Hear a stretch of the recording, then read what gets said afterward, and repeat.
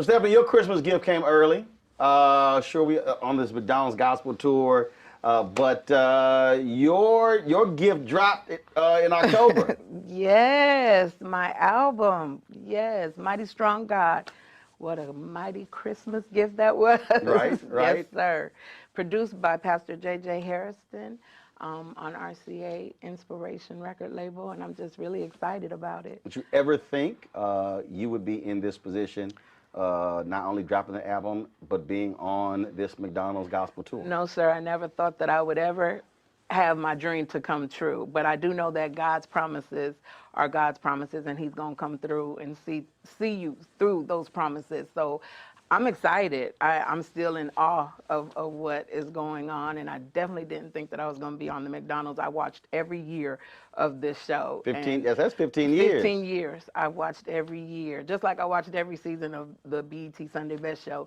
And here I am being one of the people that are being featured, and God is amazing. You talked about when there are promises, but the reality is when people are going through stuff, they don't see it. Right. When you think back to being homeless, what, as you were dealing with that, what was happening here? What was going on in my mental, I definitely didn't see God's promises of, becoming a recording artist or any of that. What I saw was what I was facing. And it was sleeping on the floor, started in the car, having my children go through wanting to commit suicide and the depression of it all. I never gave up on God, though, because I knew that He was protecting me, even though I didn't see it. And that's why it says, what, faith comes by seeing, right? And so you have to imagine the big things that God has in store for you. And I struggled with that. I went to my pastor and said, can I sit down? I was the minister of music. Because what So you were the minister of music while you were homeless? Yes. Yes, sir. I sure was. And I sang, and when I stopped believing what I was singing, I asked if I could have a sit down because I needed to connect back with God. I didn't get angry with God, but I had unforgiveness in my heart. I was bitter. I had hate in my heart for what had took place.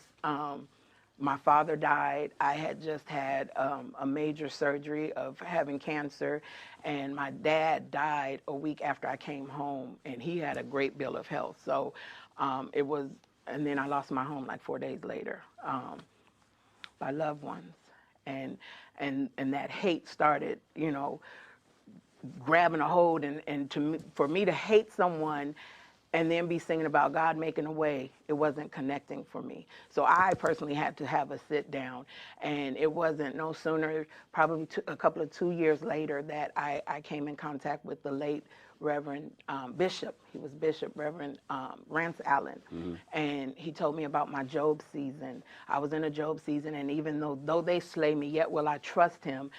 We forget that we have to pray for those who hurt us and despised us. And I couldn't pray blessings because me and my kids were homeless. But how did y'all meet? The Bishop, Rance Allen. Yeah. How did you meet Rance Allen? He came and did a revival, and they asked me to sing. And I shared a bit of my testimony, and I've always looked up to him. And I shared a bit of my testimony. I didn't go into a whole lot, but he said he saw the hurt. He could hear the hurt. But he also told me that once I forgive and start praying for these that have hurt me, God would open up doors. And probably 6 months later, God opened up the door for me to be on BET Sunday Best. It's hard for a lot of people to hear that and go, yeah, but how could you not be mad? Right. How could you not be angry? And you said you were not mad at God, but you were mad at people. Mm-hmm. I was mad at the ones that had hurt me, who, it wasn't God. But I also know that God came to me and told me that he took my father. He took all of this because I was so stuck on relying on my father for everything. You know, when I went through, I called on Daddy, and I didn't call on the daddy above. You know, my faith, I wasn't putting my faith in action. And the sad thing is, I sang for years and telling people how you can get through this and you can get through that. And as my life was going, I wasn't believing what I was singing, but just so used to being in the church and doing it, it became normal. You know what I'm saying? It was a learned thing, and God said, I need you to trust me. So he took my dad, and people don't understand that when I say that. He took my dad because I was dependent on my father so much, and he wanted me to put my faith in action. And once I put my faith in action, I forgave those people. I have no animosity towards anybody, even not just those people that put me out and my children out, but church and all that. I forgave all that, and I said, well, God, for you I live, and for God you I die, and I just want you to have your way in my life. And he started opening up doors, even in the midst. And just because he opened up these doors doesn't mean that I still don't go through stuff. And people have to understand that. You know, we still go through struggles, and it's just putting our faith in action. This is the Inspiration Gospel Tour. Yes. And when you think about gospel music, when you think about people who have attended or watched this tour over the last 15 years, how does the music actually inspire? I believe the music inspires the people because it gives them hope. Like we're doing the Christmas celebration, and it's giving people that may not have a family and the joy and feel the love. Here we're being able to express, you know, all this happiness that's going on, even in your hurt and even in your pain. And I know it's hard to do that. But I think that music, when you let it manifest in your spirit, whatever the song is, I think it just brings a whole much of love and light. So when you said when you went to your pastor to reconnect, that was interesting about that is, did you step away? Did you say, you know what, I need to be refilled, I need to be revived? Because there are a lot of people who, people don't think about it that way, but the reality is there's church that people see on Sunday, then there's Monday through Saturday church. That's actually work.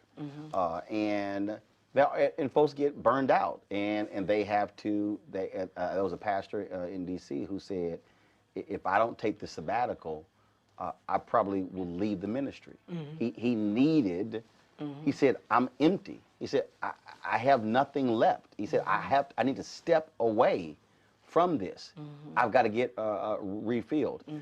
A lot of folks don't think about that when you talk about those who work in ministry, who don't realize that they're carrying the burdens, and everyone is asking them, "Oh, please pray for me." But then it's like, yeah, but who's going to pray for us? Yes, yes.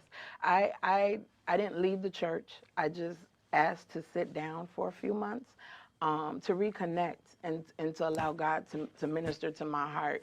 And to So you stopped singing in church? I stopped singing for a while, yes. So sir. And how many months was that? Probably about 3 months Which meant that when you were going to church, you were a parishioner. You were not a participant or a leader in ministry. Right. So you had to look at it from a different angle. Right. And here's the thing. They didn't want me to sit down, but I had to do it for myself. You know what I'm saying? So you set yourself down. I set myself down. I went to my pastor. He's passed on.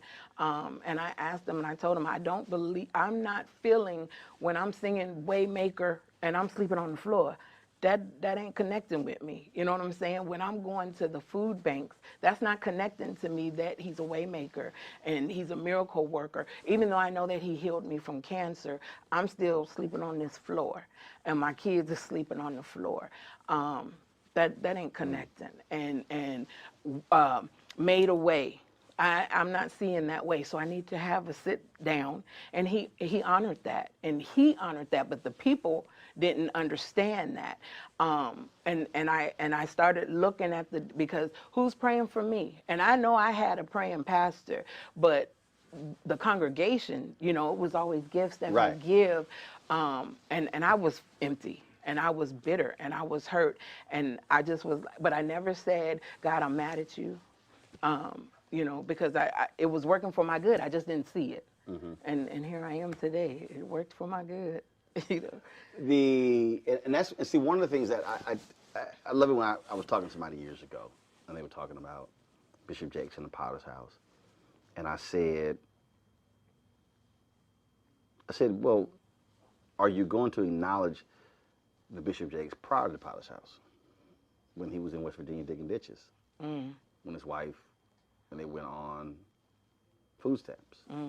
Because I think, again, people will look at you and go, oh, look, I mean, the album drops and you're on this McDonald's tour, and then you win a BT Sunday Best. But I was reminding people, but you can't truly talk about somebody's story unless you tell the whole story. Unless you say, no, this is what they had to get through to be at this stage. You just didn't just pop onto this stage. I didn't just pop onto this stage. I had to go through some stuff, and that's why I say God's promises, because back in 2006, someone prophesied to me that I would be standing in this space, and then it was confirmed with all them years later in 2019. So 2006. 2006, somebody prophesied to me that I would be standing in this place. And for 14 years, you like, For 14 years. hello, yeah, can you please? But see, I think that's where the patience comes in. June 2000, God had me write all this stuff down. I'm going to be doing this and this and this and this and this. So I'm like, right, let's go. You're right. And this is what he says. He says, no, you have to wait. I'm like, hold up. Yeah. He said, because I have to. He said, the people that are going to make these things happen are not yet in place. Wow. I have to move these folks to be in position, but you have to wait. And I think that's the hardest thing for a lot of people, when something's been prophesied to them, and you have to wait for it. And things had to line up, because it wasn't just this is going to happen. He told me that I had to change my lifestyle, because I was doing some stuff, right? And still in church. And I was singing in the clubs, and I was partying. My mother had died in 2004, and I began to do prescription drugs just to ease the pain. And when that wasn't enough, I started drinking to add on to it. But I would still sing, and nobody knew that I was hurting. You know, my mom is gone and I'm hurting, but to minister to the people, you know what I'm saying, is what I was taught. You got to minister, you have the gift. And so when this man came in 2006 and shared all this stuff, you have to start lining up. Right? And it's not going to be an easy walk. And so I stand here today and I say, it's trust God's process. His timing is perfect. And so, yeah, them 14 years, 15 years, and I'm looking and I'm saying, now, God, you said, and I'm trying to get my life, in order for you to bless me, right, in order for you to show me that you are God. I knew that you were God because you had got me through so much, but yet and still, it's like the promises that and the confirmations that are coming, I ain't seeing this. So now I need you to show me. And it was like timing. And timing is perfect. And God's timing is perfect. And it puts your faith to work. You know what I'm saying? And that's what it was doing, and it's still doing for me. That's what I'm saying. I think it's a matter of, you want it, but do you have the patience to wait for it and to trust me in providing it? I think that's what also jumps out. You mentioned how many kids? 4. When you talk to them now, when they are talking about this life now, what are you reminding them of before now? I remind them of what we've been through and where we are today. And, they're old. They're all grown. I have one 17-year-old. This is her last year in high school. And because they've seen so much in the church, because that's where we grew up. Right. Things that I was taught, I'm going back and saying, forgive me, because that ain't right. You know what I'm saying? Right. It was something that they came up with, and so now they're getting on their path for Christ, because I can only do so much, but they're seeing that God's blessings, what he promised you, when you start lining up, they see that it's true and that they got to put their faith in action. They can't go on mine. When you look at this lineup of this roster of artists, does it cause you to go, how am I sitting here? It does.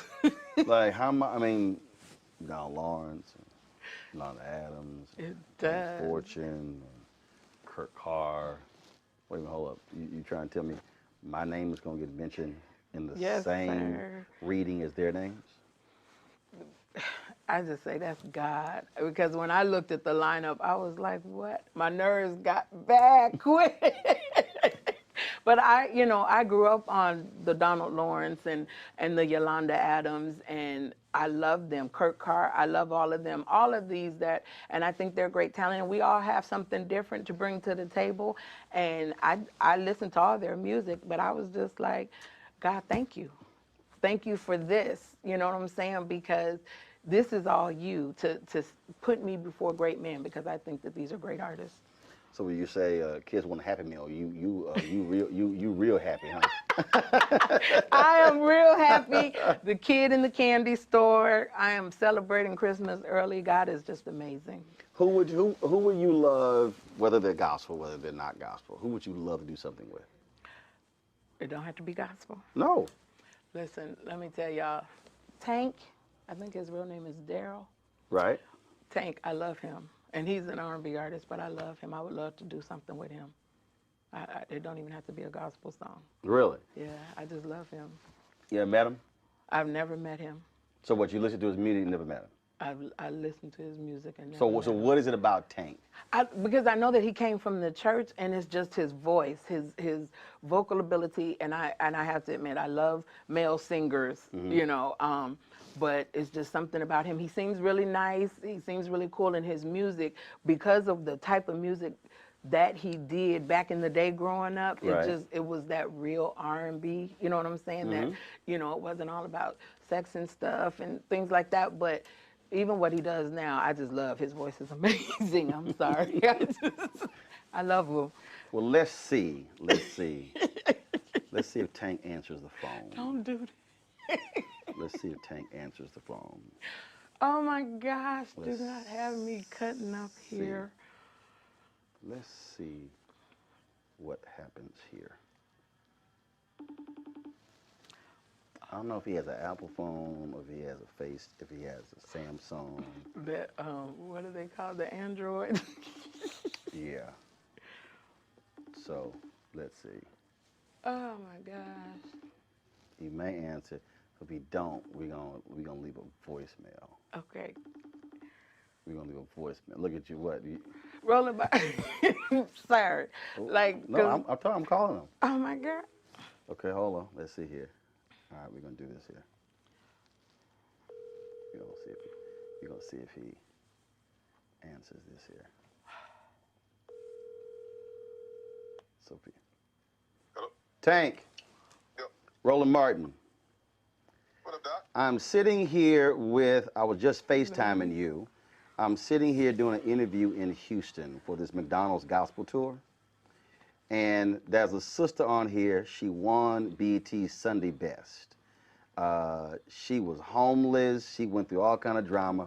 Dropped a new album last month. So I'm interviewing her, and I said, her name is Stephanie Summers. And so I said, name me an artist, gospel artist, non-gospel, who you would love to do something with.